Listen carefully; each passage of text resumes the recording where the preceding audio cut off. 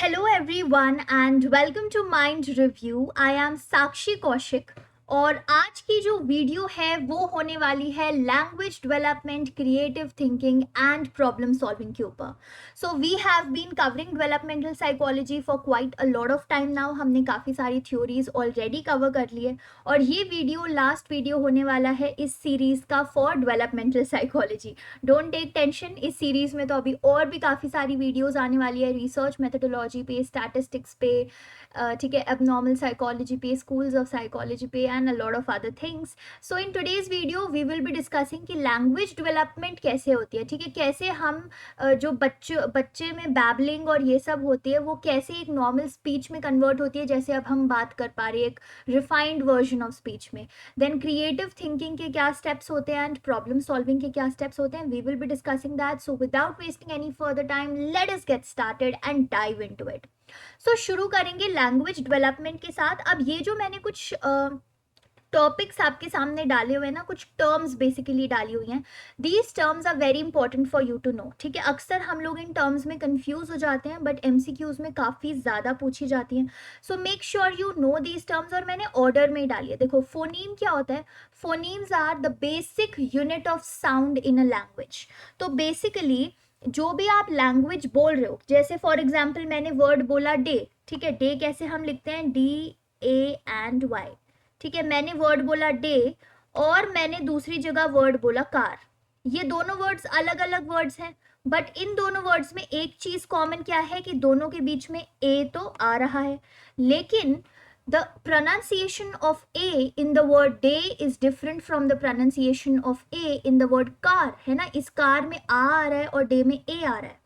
सो phoneme होता है वही बेसिक यूनिट ऑफ साउंड कि कैसे एक basic unit of the same alphabet can be different in different words. So this A over here will be of phoneme.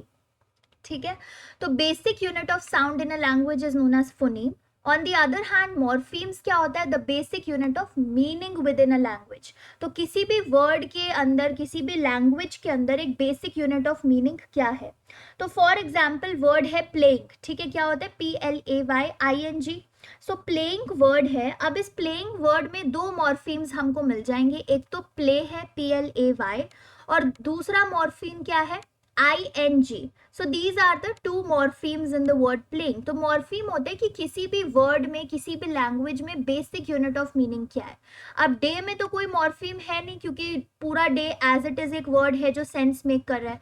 But अगर मैं playing लिखती हूँ जैसा मैंने आपको अभी बताया PLAY, तो ये एक मीनिंगफुल वर्ड हो गया और ING दूसरा मीनिंगफुल वर्ड हो गया. सो इसमें हमारे पास दो मॉर्फीम्स आ गए. So phonemes are the basic unit of sound. कैसे याद रख सकते हैं? बहुत फनी सा तरीका है. ठीक है, फोन उठाते हैं तो साउंड आती है लोगों की बोलने की, तो फोनीम आपके साउंड की बेसिक यूनिट है लैंग्वेज में. ठीक है, और मॉर्फीम से मीनिंग, एम से मीनिंग, मॉर्फीम एम से एम. ठीक है, सो एम से ही मीनिंग है, एम से ही मॉर्फीम है. सो मॉर्फीम आपकी बेसिक यूनिट ऑफ मीनिंग है with in your language. After that comes syntax. What is syntax? It is the system of rules for combining words, phrases to form grammatically correct sentences. तो अब हमारे पास कुछ rules होते हैं ना कि apostrophe लगाना है, कहाँ पे comma लगाना है, कहाँ पे exclamation mark लगाना है, कहाँ पे semicolon लगाना है. So all of these are what? ये सारे rules हैं जिनकी मदद से हम words को, phrases को combine कर सकते हैं ताकि उनका grammatically correct meaning निकल के आए. तो if I write John kidnapped the boy, अगर मैं सिंपली ऐसा कुछ सेंटेंस लिख दूं कि जैसे जॉन किडनैप्ड द बॉय, सो इससे आपको क्या पता लगेगा कि भाई जॉन ने एक किसी बॉय को किडनैप कर लिया. But on the other hand if I write John comma the kidnapped boy, तो क्या होगा कि जॉन है वो kidnapped boy. So are you understanding कि कैसे कुछ रूल्स और कुछ चीजें ऐड करने से या द को पहले इधर उधर शिफ्ट करने से कैसे पूरे सेंटेंस का मीनिंग चेंज हो रहा है. तो सिंटैक्स वही रूल्स का सिस्टम है जिसकी मदद से हम वर्ड्स और फ्रेजेस को कंबाइन कर सकते हैं ताकि वो ग्रामेटिकली करेक्ट सेंटेंसेस में कन्वर्ट हों. After that we have semantics. What are semantics? These are the rules for determining the meaning of words and sentences. तो देखो कंफ्यूज नहीं होना है मॉर्फीम्स और सेमांटिक्स के बीच में. मॉर्फीम्स तो था कि लैंग्वेज की बेसिक, लैंग्वेज में आपकी मीनिंग की बेसिक यूनिट कौन सी है. बट सिमेंटिक्स क्या है कि कौन से रूल्स आप यूज करोगे किसी भी वर्ड, किसी भी सेंटेंस का मीनिंग अंडरस्टैंड करने के लिए. तो जैसे जॉनी हिट द बॉल, ठीक है, या जॉन हिट द बॉल, तो यहाँ पे आप मीनिंग यूज करोगे इन वर्ड्स का समझने के लिए कि इस पूरे सेंटेंस का मतलब क्या है. जॉन हिट द बॉल मतलब जॉन ने बॉल को मारा. So semantics are the rules by which you determine कि किसी भी वर्ड, किसी भी सेंटेंस के क्या मीनिंग है. And finally, we have pragmatics. What is pragmatics? It is the practical aspect of communicating. तो देखो phoneme, morpheme, syntax and semantics में आपको लिखना, बोलना, पढ़ना सब कुछ आ गया, ठीक है. grammatical चीज़ें कैसे करते हैं arrange and everything you understood. But pragmatics में क्या है कि कैसे, कहाँ पे, किस सिचुएशन में कैसे बात करनी चाहिए, ठीक है. Basically talking according to the context of the situation, कि जैसे किस कम्युनिकेशन के साथ आप जेस्चर्स कैसे यूज करोगे. If you are very excited then how are you going to speak. If somebody is sad then how are you going to use your words and gestures. तो pragmatics क्या होता है कि सिचुएशन के according आप अपनी communication को कैसे ढाल रहे हो. How are you communicating like specific to situation. How are you using your gestures in correspondence to your words. तो all of those things include your pragmatics कि सोसाइटी में कैसे बात करनी चाहिए, क्या आप उसके अकॉर्डिंग अपने सेंटेंसेस और सारी चीज़ें फॉर्म कर रहे हो या नहीं. सो ये कुछ कॉन्सेप्ट्स थे जो मुझे डिस्कस करने थे रिलेटेड टू लैंग्वेज डेवलपमेंट, ठीक है. सो आई होप आप लोगों को समझ आ गए होंगे. फोनीम है, मॉर्फीम है, सिंटैक्स है, सेमांटिक्स है, प्रेगमैटिक्स है. Now two more terms are there with respect to language development. एक है चाइल्ड डायरेक्टेड स्पीच और दूसरा है लैंग्वेज एक्विजिशन डिवाइस. ना चाइल्ड डायरेक्टेड स्पीच आप सबको मोस्टली आई थिंक इस चीज़ का एक्सपीरियंस होगा कि जब भी हम किसी इन्फेंट से, टॉडलर से या किसी भी छोटे बच्चे से बात करते हैं तो हमारी स्पीच कुछ अलग हो जाती है ना. For example right now I am talking to all of you are adults, probably adolescents, probably in your middle adulthood और लेट अडल्टहुड, ठीक है. तो I am talking to you in a mature way. But suppose if there was an infant in front of me और there was a child of maybe 4 or 5 years, शायद मैं उससे एक different way में बात करूंगी. Probably कुछ ऐसे बात करूंगी, अरे आपने खाना खाया, आपको टेस्टी लगा, सो समथिंग लाइक दैट, ठीक है. थोड़ी हाई पिच में मे बी वर्ड्स को मैं रिपीट करूंगी ताकि उस बच्चे को रजिस्टर हुए मैं क्या बात कर रही हूँ. सो एक बहुत ही मेलोडियस सी वॉइस में, बहुत ही चाइल्ड लाइक स्पीच में हम बात करते हैं जब भी हम किसी इन्फेंट से बात करते हैं. And that type of speech is known as child directed speech, ठीक है. सेकेंड चीज क्या आती है, लैंग्वेज एक्विजिशन डिवाइस और LAD. तो ये जो कॉन्सेप्ट है it was given by Noam Chomsky, a very very famous name in developmental psychology and language, ठीक है. तो language acquisition device Noam Chomsky ने दिया था. एंड ही सेड कि देखो इन्फेंट्स जो होते हैं ना उनके पास इन्नेट एबिलिटी होती है, यानी कि इन्नेट का मतलब काफ़ी बार बता चुकी हूँ, बाय बर्थ, ठीक है. बाय बर्थ उनके पास ये एबिलिटी होती है कि वो लैंग्वेज को अंडरस्टैंड कर पाए और खुद ही with age age they mature they will also be able to produce that language with the help of language acquisition device. So Noam Chomsky did not believe in teaching children language and all of that thing. Rather he said ki children with the help of language acquisition device they have an ability that is by birth with them to understand and to produce the language. So that is what is known as language acquisition device. ठीक है. अब हम बात करेंगे कुछ बहुत ही important चीज़ के बारे में which is the stages of language development, कि जब लैंग्वेज हमारी डेवलप होती है तो उसकी क्या क्या स्टेजेस हैं जिसके थ्रू हम गो थ्रू करते हैं. सो मेक श्योर कि आप इन स्टेजेस से वेल वर्स्ड हो. इसी ऑर्डर में ये स्टेजेस होते हैं क्योंकि कई बार MCQs में ये चीज़ आ जाती है कि order in which this happens, ठीक है. So the first stage of language development is cooing, ठीक है. क्विंग क्या है, जैसे जब बच्चा 2 महीने के आसपास का होता है, around 2 months of age, babies ऐसी वोवल लाइक साउंड्स बनाते हैं ना, आउई something like that. So that is cooing. When does cooing happen, around 2 months of age, ठीक है. 2 महीने की एज के आसपास ये शुरू होती है और क्या होती है, ये वोवल लाइक स्पीच होती है. फिर सेकेंड स्टेज हमारी आती है बैबलिंग की. बैबलिंग होती है अराउंड 6 months ऑफ एज. तो क्विंग 2 महीने के आसपास शुरू होती है, से लेके 6 महीने तक चलती है. फिर एट 6 or 7 months के आसपास आपकी जो है बैबलिंग शुरू होती है. व्हाट हैपेंस इन बैबलिंग, कि अभी तक तो जो वॉवल्स थे उसमें थोड़े बहुत जो है कॉन्सोनेंट साउंड्स भी बना दिए कि मा दा डा समथिंग लाइक दैट. ठीक है, I know the sound was very funny but it was so that I can make you understand the thing. So cooing में सिर्फ vowels थे, babbling में आपकी consonant और vowels भी दोनों आ गए हैं. ठीक है, एंड थर्ड स्टेज उसके बाद बैबलिंग के बाद बच्चा आ जाता है वन वर्ड स्पीच के स्टेज में. वन वर्ड स्पीच की जो स्टेज है वो around the age group of 1 year आती है. ठीक है, वन वर्ड स्पीच में होता क्या है कि चाइल्ड जो है वो एक्चुअल वर्ड्स बोलने शुरू कर देता है. तो जैसे कूइंग में तो सिर्फ वॉवल्स थे, बैबलिंग में थोड़े बहुत कॉन्सोनेंट और वॉवल्स थे, बट वन वर्ड स्पीच में बच्चा एक्चुअल वर्ड यूज करना शुरू कर देता है. फॉर एग्जाम्पल मिल्क है या कार है या टॉय है, वर्ड्स लाइक दीज. लेकिन यहाँ पे क्या होता है ना कि होलो फ्रेजेस का कॉन्सेप्ट आता है, HOLO. ठीक है, I hope that you are writing down somewhere. ठीक है, अगर आप नोट्स बना रहे हो तो आई वुड रिकमेंड आप इस चीज को इसके साथ लिख लो.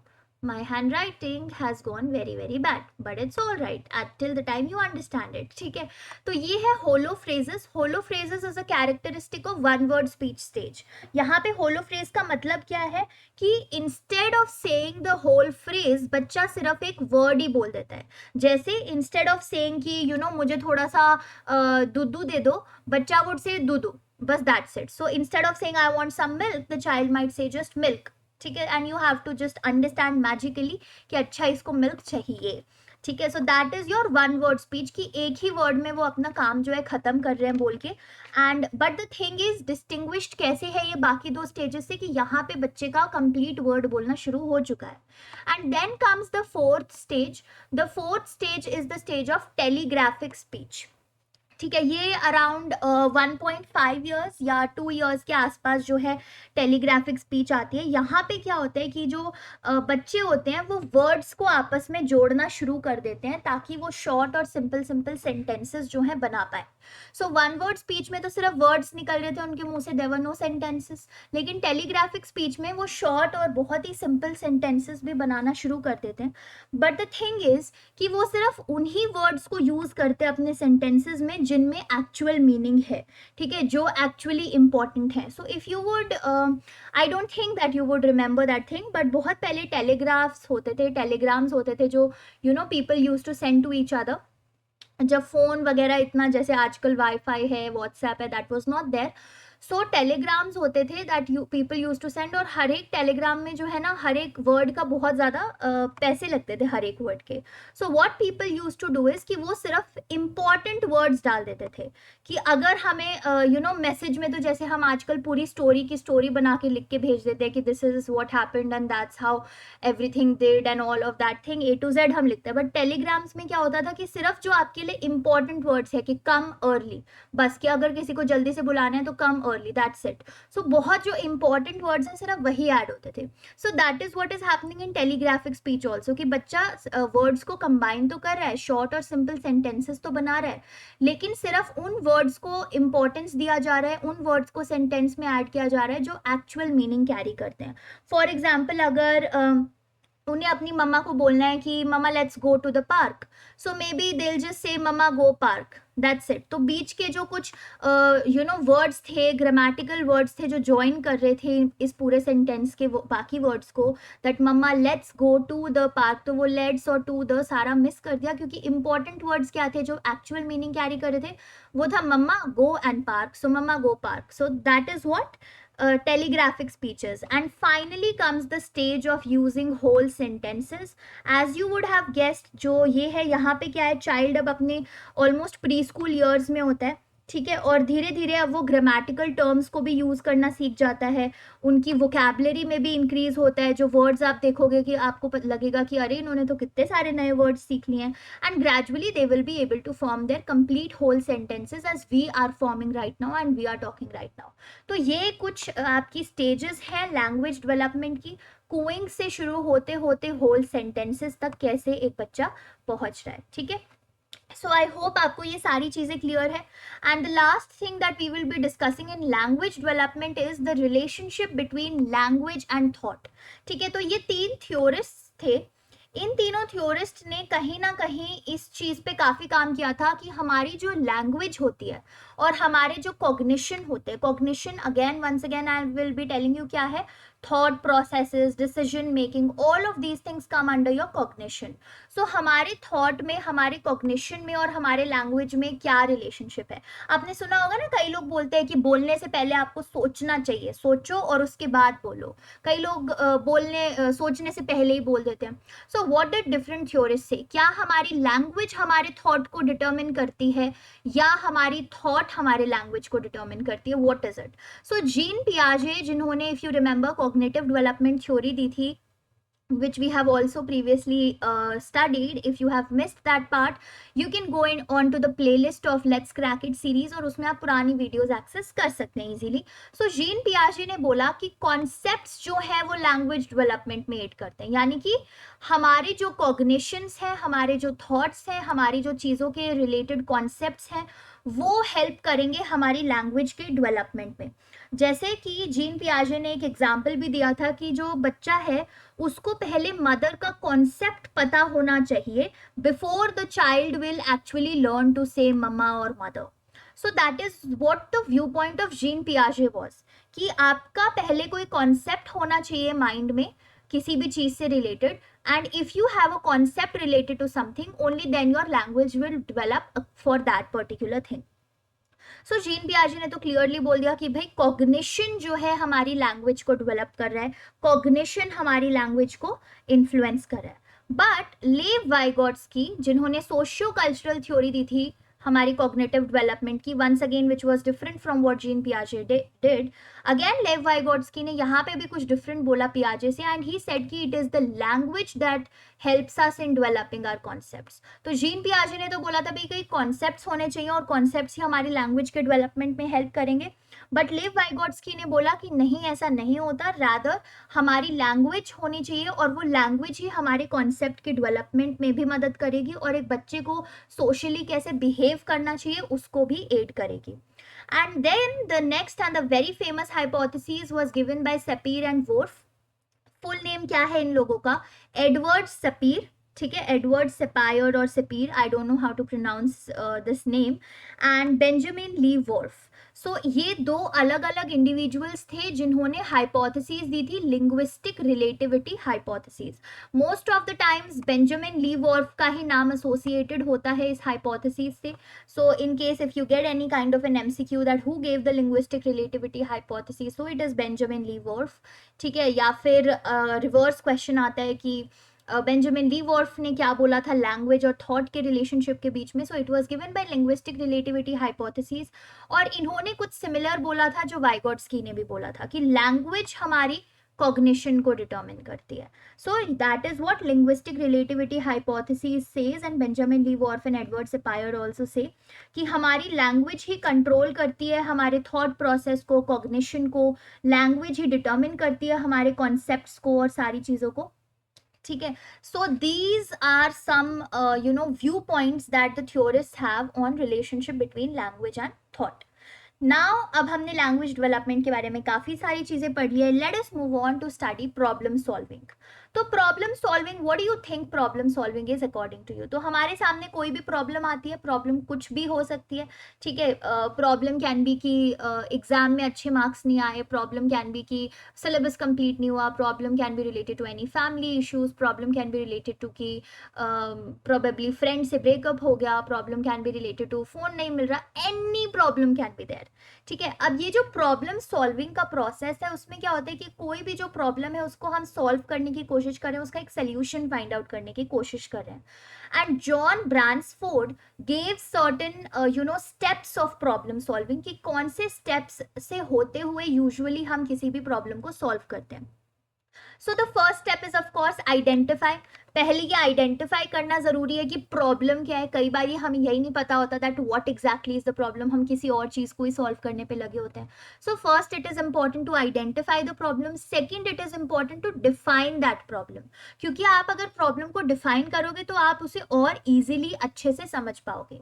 Then it is important to explore that problem, थोड़ी बहुत उस प्रॉब्लम के बारे में इंफॉर्मेशन कलेक्ट की जाए कि क्यों हुई ये प्रॉब्लम, कैसे हुई, क्या हुआ। So exploring that. After that comes the action part. ठीक है, जहाँ पे हम एक्ट कर रहे हैं, सोल्यूशंस फाइंड आउट कर रहे हैं एक्टिवली उस प्रॉब्लम को सॉल्व करने के लिए. And finally we are looking and learning. That means जहाँ पे हमने सोल्यूशंस को फाइंड आउट किया और सोल्यूशंस को अप्लाई किया, तो अब हम देख रहे हैं कि क्या वो सोल्यूशंस जो अप्लाई हुए are the eventually resulting in the problem being solved. अगर प्रॉब्लम सॉल्व नहीं हो रही तो फिर से अगर हमें कोई चीज़ लर्न करने को मिल रही है उस चीज़ से, तो हम वो कर रहे हैं. So these are some of your 5 steps given by John Bransford for problem solving. And then next part is related to creative thinking. अब creative thinking क्या है कि sort of out of the box thinking जो हम करते हैं. Creative thinking भी एक important role play करती है problem solving में ही. ठीक है, कि कोई भी problem solve कर रहे हैं तो creative thought लाएं, creative solutions लाएं. So there are certain stages for creative thinking as well. पहला stage होता है orientation का stage. Orientation क्या होती है? स्कूल्स में, कॉलेजेस में ओरिएंटेशन मिलती है ना, जहाँ पे आपको फेमिलियर कराया जाता है स्कूल से या कॉलेज से और उनके फंक्शनिंग से, टीचर्स से, बाकी बच्चों से. So orientation stage of creative thinking is also this only, कि जो भी चीज़ के बारे में या जिस भी टॉपिक के बारे में आपको सोचना है या कोई आइडिया लेके आना है, उस टॉपिक से आप फेमिलियर हो रहे हो, तो that is orientation. Second part is preparation. You are trying to prepare. जो आपके आगे प्रॉब्लम है या जो भी टॉपिक है जिसको आपको सॉल्व करना है या जिसके लिए आपको क्रिएटिव सोल्यूशंस निकालने हैं, उसके लिए आप कुछ इंफॉर्मेशन इकट्ठी करोगे, अपना data set sort of prepare करोगे, ताकि आप देख पाओ कि क्या क्या चीज़ें इस चीज़ में इन्वॉल्व है, and sort of you are preparing your self.